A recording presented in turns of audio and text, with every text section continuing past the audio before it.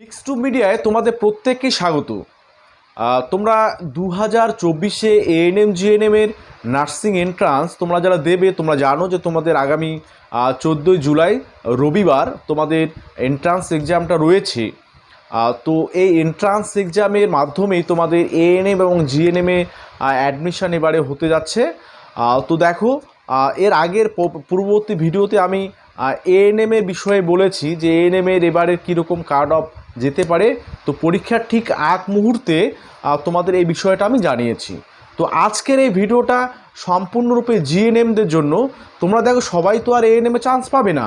তো সেক্ষেত্রে বাদবাকিরা যারা জিএনএম করবে, তোমাদের জন্য আমি একটা আজকে পরীক্ষার ঠিক আগে একটা কাট অফ বেঁধে দিচ্ছি এবং সেই সঙ্গে তোমাদের একটা টার্গেট নাম্বারও আমি বেঁধে দেবো যে তোমরা যখন 14 জুলাই পরীক্ষায় বসতে যাবে তো অবশ্যই সেই টার্গেট নাম্বারটা মনে রেখে তোমরা কিন্তু আনসার করবে। ঠিক আছে, যে তোমাদের ক্যাটাগরি ওয়াইজ তোমাদের কীরকম টার্গেট নম্বর তোমাদের থাকবে বা কীরকম নম্বর তুললে তুমি একটা সেফ জোনে থাকবে, সেই বিষয়টাও একদম ভালো করে শুনে নেবে। ঠিক আছে, তো ফার্স্ট টাইম যারা চ্যানেলটি ভিজিট করছো, নার্সিং রিলেটেড সমস্ত আপডেটের জন্য সেটা সাবস্ক্রাইব করবে। আর অবশ্যই ভিডিওটি যদি ভালো লাগে প্রচুর পরিমাণে একটু শেয়ার করে দেবে। দেখো, তোমাদের দিন দিন কিন্তু কম্পিটিশানটা বেড়েও যাচ্ছে, আবার জিএনএম করার ক্ষেত্রে একটা অনীহাও কিন্তু দেখা দিচ্ছে। কিন্তু দেখা গেল তোমাদের জেনারেল লাইনে অনেকে না গিয়ে অনেকে যে এই যে নার্সিং লাইনও চলে আসছে। কারণ এর বিভিন্ন কারণ আছে। তোমরা জানো যে সরকারি চাকরি পাওয়া এই পরিস্থিতিতে বা এই সময়ে খুবই একটা দুষ্কর ব্যাপার হয়ে দাঁড়িয়েছে। কারণ তাই সবাই চাচ্ছে যে একটা কোর্স করে রাখুক, ভবিষ্যতে যদি কিছু হয়ে যায় বা কিছু হয়। ঠিক আছে, তো সেই আশা নিয়েই কিন্তু অনেকেই জিএনএম কোর্সটাতে অ্যাডমিশন হবে, যাতে ভবিষ্যতে একটা তারা সরকারি চাকরি পেতে পারে, একটা তাদের দিক যাতে খুলে যেতে পারে। ঠিক আছে, তো সেই বিষয়টা মাথায় রেখেই অনেকে কোর্সটা করছে। তো যারা জিএনএম করবে তাদের জন্য আজকের এই কাট অফ পরীক্ষার ঠিক আগ মুহূর্তে দেখো, এটা হচ্ছে কাট অফগুলো হচ্ছে দেখো একটা সম্ভাব্য যে হুবহু মিলে যাবে এমন কোনো বিষয় নেই। তবে জিএনএমের কাট অফ এএনএমের থেকে অনেক কম যায়। ঠিক আছে, তো একবার শুনি নাও তোমাদের আজকে ভিডিওর মাধ্যমে যে কাট অফটা বলতে চলেছি সেটা হচ্ছে ইউআর ক্যাটাগরিতে। তোমরা যারা জেনারেল বা ইউআর ক্যাটাগরিতে রয়েছো, তোমাদের 55+ যদি তোমরা পাও তাহলে তোমাদের একটা কলেজ পাওয়ার সম্ভাবনা এবারে থাকবে। ঠিক আছে, ওবিসি বি এর ক্ষেত্রে সেখানেও তোমাদের 55+ তোমরা যদি পাও তাহলে তোমাদের একটা কলেজ পাওয়ার সম্ভাবনা থাকবে। আর ওবিসি এর ক্ষেত্রে তোমরা যারা ক্যান্ডিডেটরা রয়েছো তাদের ক্ষেত্রে 50+ যদি তোমরা পাও তোমাদের একটা সম্ভাবনা এবারে থাকছে। আচ্ছা, এসসিদের ক্ষেত্রে 45+ যদি তোমরা পাও তাহলে একটা সম্ভাবনা থাকবে। দেখো, এই যে কাট অফগুলো বলছি এগুলো কিন্তু তোমাদের টিল মপ আপ রাউন্ড পর্যন্ত তোমাদের কিন্তু অপেক্ষা করতে হতে পারে। তাই বলে ভেবো না তুমি 45 এসসিতে পেলে তুমি ফার্স্ট রাউন্ডে পেয়ে যাবে, এরকম কিন্তু ব্যাপার নয়। সেটা মপ আপ কাউন্সিলিং পর্যন্ত তোমাকে অপেক্ষা করতে হতে পারে। ঠিক আছে, আসে এসটিদের ক্ষেত্রে 38 বা 40 মতো ধরে নিতে পারো তোমাদের কার্ড অফ এবার থাকতে চলেছে। আচ্ছা, ইডাব্লিউএসের ক্ষেত্রে 43 বা 45 আর এরকম যদি নাম্বার পাও তাহলে তোমরা মোটামুটি মপ আপ রাউন্ড পর্যন্ত একটা কলেজ তোমরা পেতে পারো 45 পর্যন্ত। ঠিক আছে, সিডের ক্ষেত্রে 45, সেখানেও তোমরা যদি 45 পর্যন্ত পাও তাহলে তোমাদের একটা জিএনএমের কলেজ পাওয়ার সম্ভাবনা থাকবে।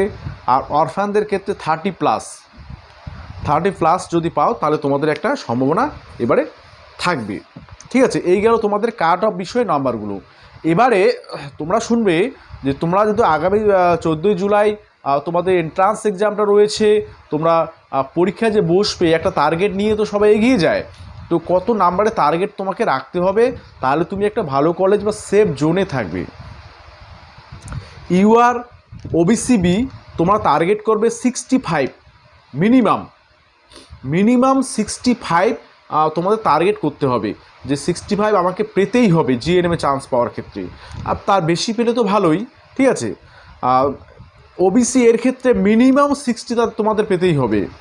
এসসিদের ক্ষেত্রে 55 মিনিমাম পেতেই হবে, এসটিদের ক্ষেত্রে 45 মিনিমাম পেতেই হবে, ইডাব্লিউএসের ক্ষেত্রে 48 মিনিমাম পেতেই হবে, আর সিডির ক্ষেত্রে 50+ মিনিমাম পেতে হবে, আর অরফ্যানদের ক্ষেত্রে মিনিমাম 40 বা তোমাদের 40 নাম্বার বা 40+ তোমাদের মিনিমাম পেতেই হবে। এইগুলো হচ্ছে টার্গেট নাম্বার মিনিমাম। এই মিনিমাম এই নম্বরগুলো তোমরা যদি পাও তাহলে তোমরা একটা সেফ জোনে থাকবে। এবারে দেখো তোমাদের বিষয়টা বলি যে এএনএম এবং জিএনএম তোমাদের অনেকের মধ্যে মনের মধ্যে একটা কনফিউশন থাকে যে এএনএম কোর্সটা নেব না জিএনএম কোর্সটা নেব। দেখো কোর্স বাছাই করা বা কোন কোর্সে তুমি অ্যাডমিশন হবে সেটা কিন্তু টোটালি তোমার উপর ডিপেন্ড করছে। তোমার যে পরিস্থিতি, তোমার পরিবারের অর্থনৈতিক অবস্থা, তোমার নিজের ইচ্ছা, এই সমস্তর উপর ডিপেন্ড করছে কিন্তু তুমি কোন কোর্সটা চুজ করবে। তো সেক্ষেত্রে সেটা তোমার ব্যক্তিগত ব্যাপার। তবে যাদের একদম নিডি ফ্যামিলি থেকে যারা বিলং করো তাদের অবশ্যই কিন্তু এএনএম কোর্সটা চুজ করবে, সেক্ষেত্রে তোমাদের কাট অফটা অনেকটা বেশি যায়। আর সেক্ষেত্রে আমি এর পূর্ববর্তী ভিডিওতে সেটা বলে দিয়েছি। ঠিক আছে, আজকের এই ভিডিওতে তোমাদের জিএনএম বিষয়টা বললাম, এবং জিএনএমেও এখন কিন্তু প্রচুর কম্পিটিশান। তোমাদের কোর্স করার পরে তারপরে তোমাদের পার্টিসিপেট করতে হবে রিক্রুটমেন্ট প্রসেসে, সেখানে কোয়ালিফাই করলে তারপরে তুমি কিন্তু গভর্নমেন্ট একটা জব পাবে। ঠিক আছে, তো এই বিষয়গুলো মাথায় রাখবে। তো যাই হোক, আজকের এই কাট অফটা তোমাদের দিলাম পরীক্ষা ঠিক আগে। তবে পরীক্ষা হয়ে যাওয়ার পরে তোমাদের কোশ্চেন প্যাটার্ন, তোমাদের সমস্ত দিক দিয়ে বিচার বিশ্লেষণ করে আমি একদম ফাইনালি একটা তোমাদের কাট অফ দেবো, যে ঠিক কত নাম্বারে তোমাদের এবারে সুযোগ থাকছেই। সেই ভিডিওটা অবশ্যই পেতে তোমরা কিন্তু চ্যানেলটি ফলো রাখবে। অবশ্যই যারা ফার্স্ট টাইম ভিজিট করছো তারা কিন্তু অবশ্যই সাবস্ক্রাইব করবে। ঠিক আছে, সকলকে অসংখ্য ধন্যবাদ। সকলের পরীক্ষা ভালো হোক এই আশা রাখছে মিক্সড মিডিয়া।